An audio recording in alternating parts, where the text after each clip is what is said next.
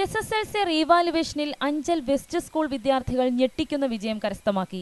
10 വിദ്യാർത്ഥികൾ പരീക്ഷാ paper revaluation നടത്തിയതിൽ 10 പേരുടെയും ഗ്രേഡ് ഉയർന്നതായി കാണാൻ കഴിഞ്ഞു.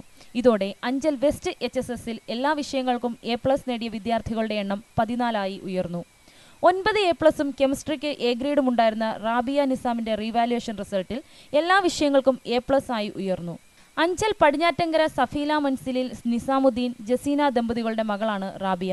SSLC പരീക്ഷയിൽ 9A കരസ്ഥമായെങ്കിലും കണക്കിന് പരാജയപ്പെട്ട വിദ്യാർത്ഥി സുബിൻ ബാബു റീവാലുവേഷൻ റിസൾട്ട് വന്നപ്പോൾ എല്ലാ വിഷയങ്ങൾക്കും A ഗ്രേഡോടുകൂടി വിജയിച്ചത് ശ്രദ്ധേയമായി.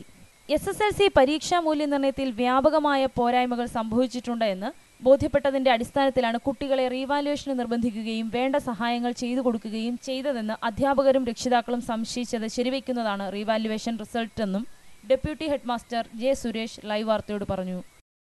അതിൻ്റെ നിജസ്ഥിതി അന്വേഷിക്കുകയും കുട്ടികളെ ഫുൾ A+ കിട്ടാത്ത കുട്ടികളെ പലരെയും മറ്റ് ഗ്രേഡുകൾ ഉദ്ദേശിച്ച രീതിയിൽ കിട്ടാത്ത കുട്ടികളെയും പലരെയും നമ്മൾ ബന്ധപ്പെടുകയും വരുത്തി അവർക്ക് റീവാലുവേഷനുള്ള അവസരങ്ങൾ ഒരുക്കി കൊടുക്കുകയും ചെയ്തു.